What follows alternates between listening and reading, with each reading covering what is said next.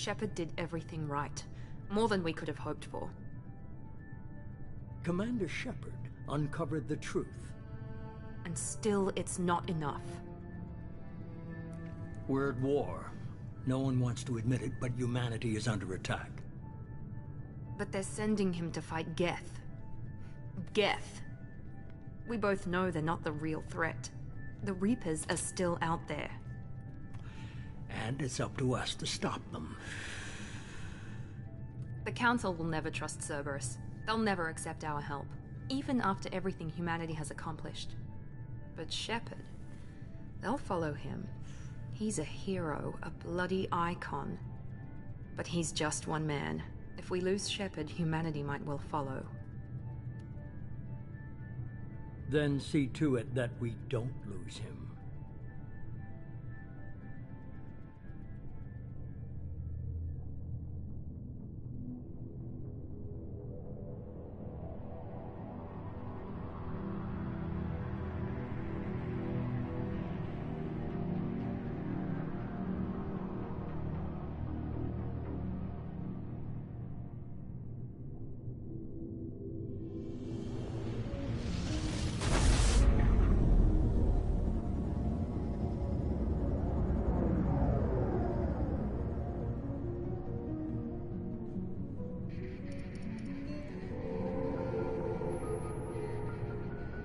Disengaging FTL drives.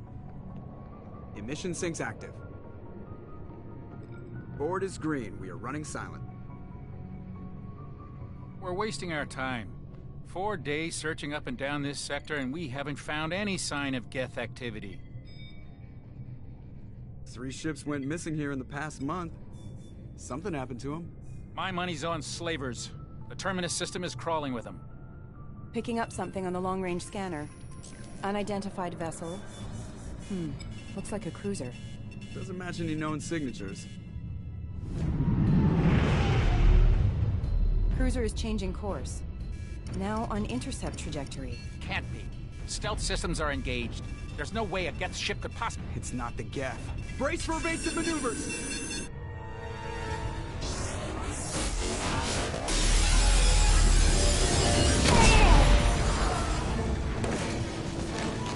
Presley! Kinetic barriers down. Multiple hull breaches. Weapons offline. Somebody get that fire out.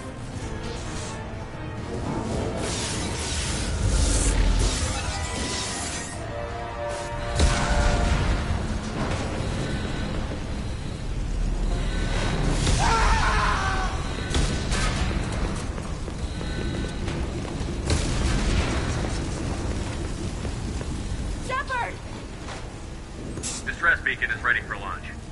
Will the Alliance get here in time?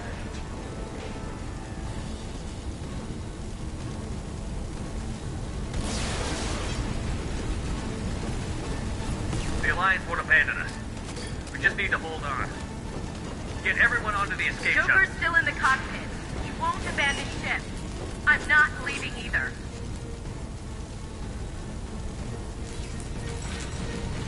Get to the damn shuttle. I'll haul Joker's crippled ass out of here. Commander, Get the hell out of here.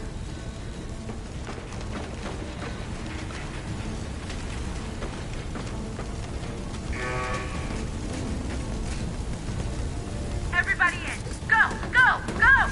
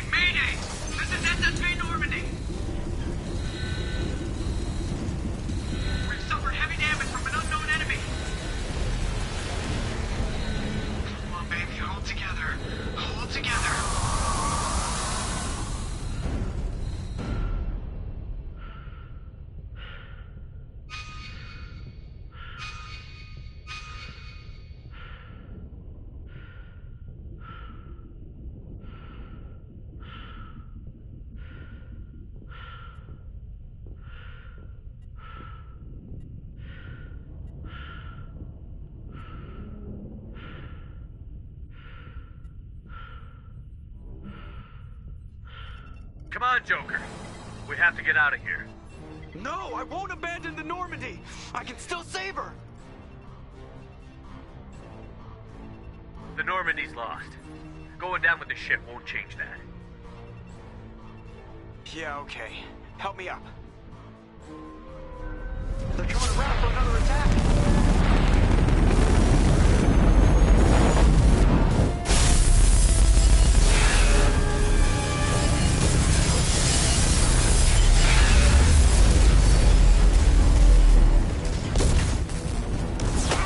Watch the arm!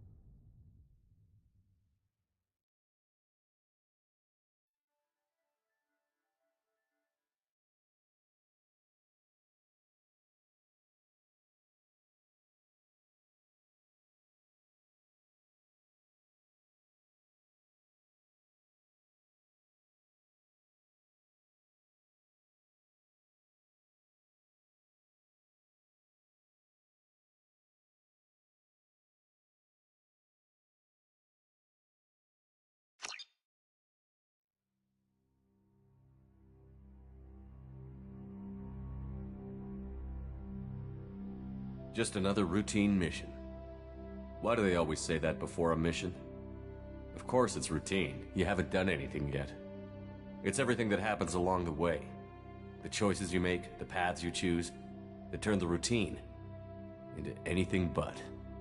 Of course, that's how it started. A routine mission, answering a distress call. And look where that got me. We were testing out the Normandy, Captain Anderson's new ship, when the distress call came in. An Alliance patrol on Eden Prime had been attacked. They'd seen something they couldn't explain. And whatever it was massive. I hit the ground with my lieutenant, Caden Olenko. A good kid, loyal, by the book, with a talent for biotics. We came across the lone survivor of the patrol, Gunnery Chief Ashley Williams. A soldier to the core. Tough, disciplined, ready to take on whatever came her way. Ashley joined up with us and took us to the spot where she lost her squad. That's when we saw it. The ship.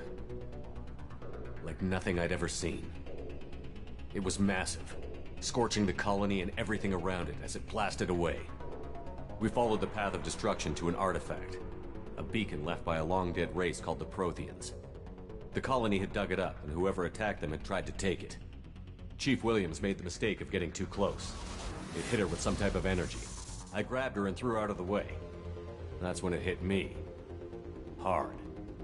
Every muscle in my body went rigid. I couldn't move, could barely breathe. Everything went black. And then I saw something. A vision. Dream. A nightmare. By the time I woke up, we were halfway to the Citadel on our way to meet the Council. I was expected to explain what I'd seen. Anderson came along. So did Adina, our political representative on the Citadel. With those two heavyweights, it seemed reasonable we could persuade the Council that the ship we'd seen was a potential threat. As was the individual behind the attacks. The main suspect for the Eden Prime massacre was a Turian Spectre named Saren.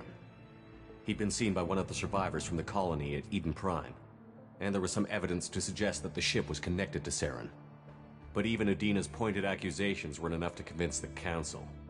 They just couldn't believe one of their chosen elite Spectres could be guilty of something like that. They needed proof, which meant I needed proof. Fortunately, I wasn't alone in my search. Garrus, another Turian, wanted to help. A top agent for Citadel Security.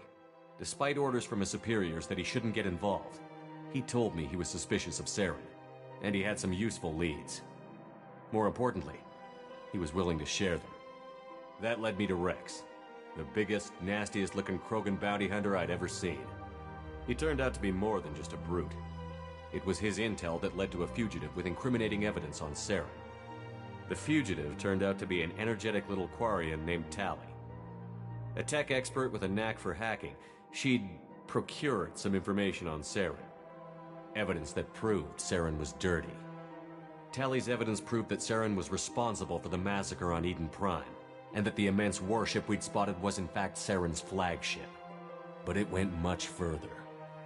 Saren was trying to find a way to bring back a race of sentient machines from dark space. Machines allegedly responsible for cleansing the galaxy of all organic life. These Reapers were blamed for wiping out all life 50,000 years ago, including the Protheans, then disappearing back through the mass relays to dark space, leaving no trace they'd ever been. That explained why Saren was after the beacon, and it made some sense out of my visions. But not much else.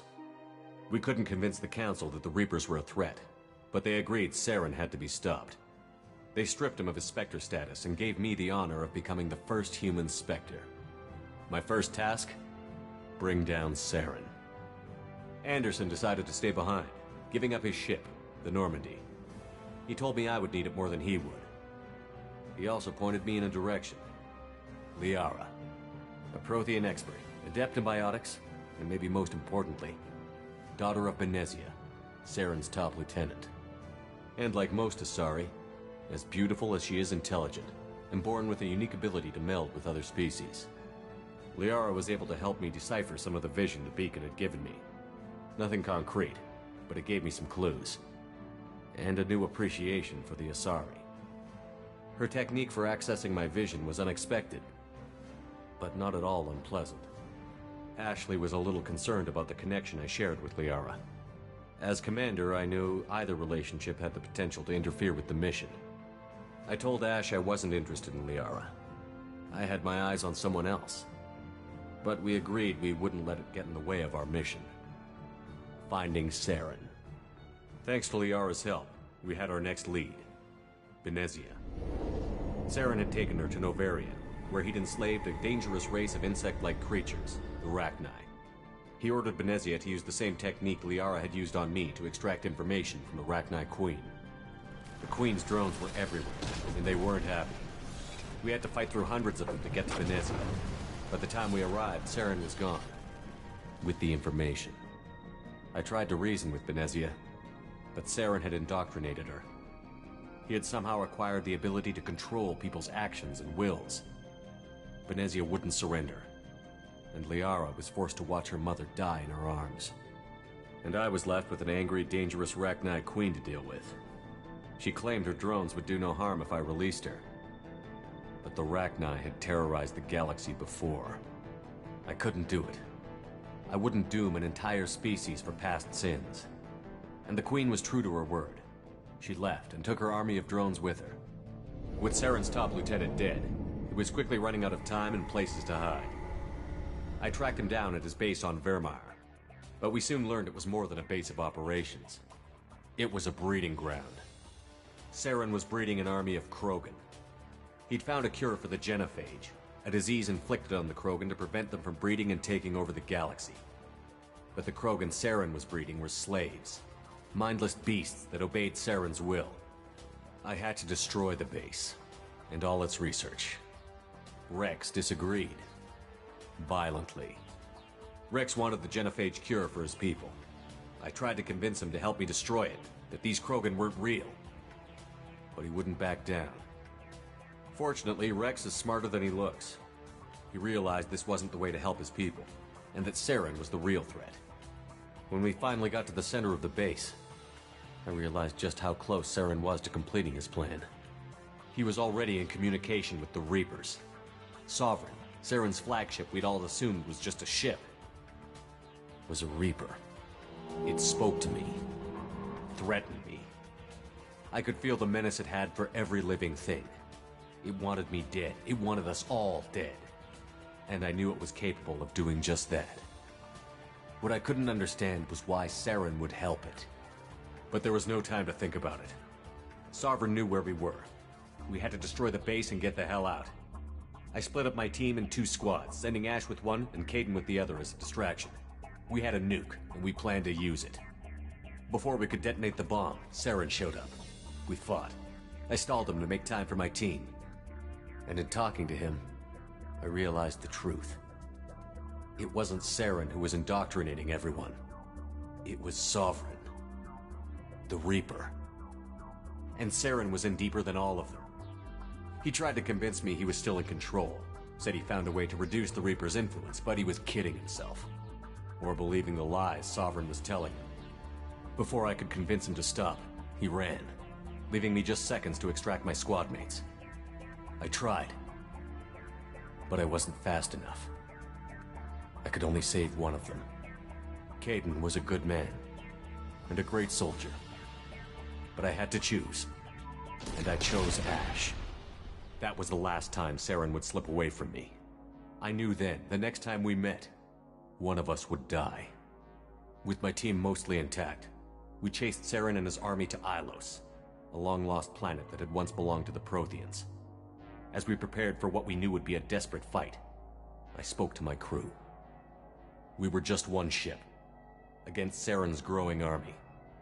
I assured them all that despite the odds, we could defeat him. But Ash saw through my words. She knew I was hurting after Caden's death. She could sense my doubts. We both knew this mission could be our last. Until that moment, we'd put our feelings aside for the sake of that mission. But why wait? We gave in to each other, and it was perfect. While it lasted. We arrived on Ilos, close behind Saren. Once on the planet, we discovered a Prothean databank that helped me put the final pieces of my vision together. The Reapers had come 50,000 years ago, and every 50,000 years before that, each time purging the galaxy of life. The Protheans had fought and died, like every species before them. But a few survived long enough to leave a parting gift. The Protheans had discovered that the Citadel was the key to controlling the mass relays. By sabotaging the Citadel, they found a way to close the relays to dark space, slowing the Reapers' return, giving us the time we needed to find a solution to stop the Reapers once and for all. Saren knew this. He was leading his army to take control of the Citadel and re-establish the relays to dark space, bringing the waiting Reapers here to destroy us all. We followed him to the Citadel. It was intact, but heavily damaged.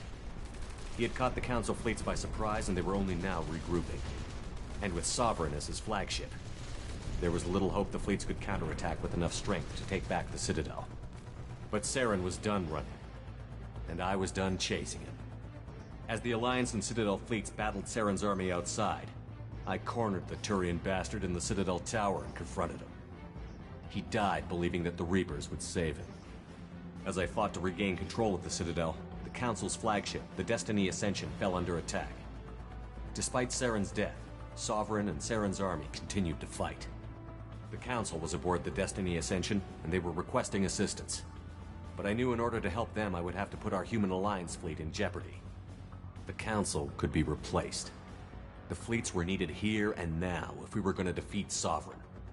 Even with the Citadel back in my control, Saren defeated, and the Normandy leading the combined galactic fleet, the battle against Sovereign, a single Reaper, was relentless.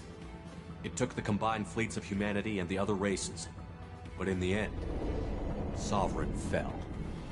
But the costs were immense. While humanity's efforts in the war earned us our first seat on the Council, it was a hollow victory. The Reapers were still out there. I knew the fight was far from over, but As the one who'd led the fight against Saren, I was given new responsibilities. The choice of humanity's first counselor was left for me to decide. On the one hand, Udina, the lifetime politician. Ruthless and ambitious, he would easily navigate the political landmines that would soon be put in front of him. The other choice, Captain Anderson, the career soldier. Tough but fair, but a friend, and someone I could trust. Both great leaders in their own right. Anderson didn't want the job, which was a sure sign he'd be perfect for it. No ambition to get in the way. The war was over. The threat had passed. In time, the Council would rebuild itself. The Citadel could be repaired. Even the pain of lost friends would fade. But none of that mattered if the Reapers were still out there. And if they were all as powerful as Sovereign, we had to find a way to stop them. I had to find a way. I gathered my crew, took my ship, and went in search of answers. Officially, the Council would only say I was assigned to cleanup duty, rooting out any remnants of Saren's army. Just another routine mission.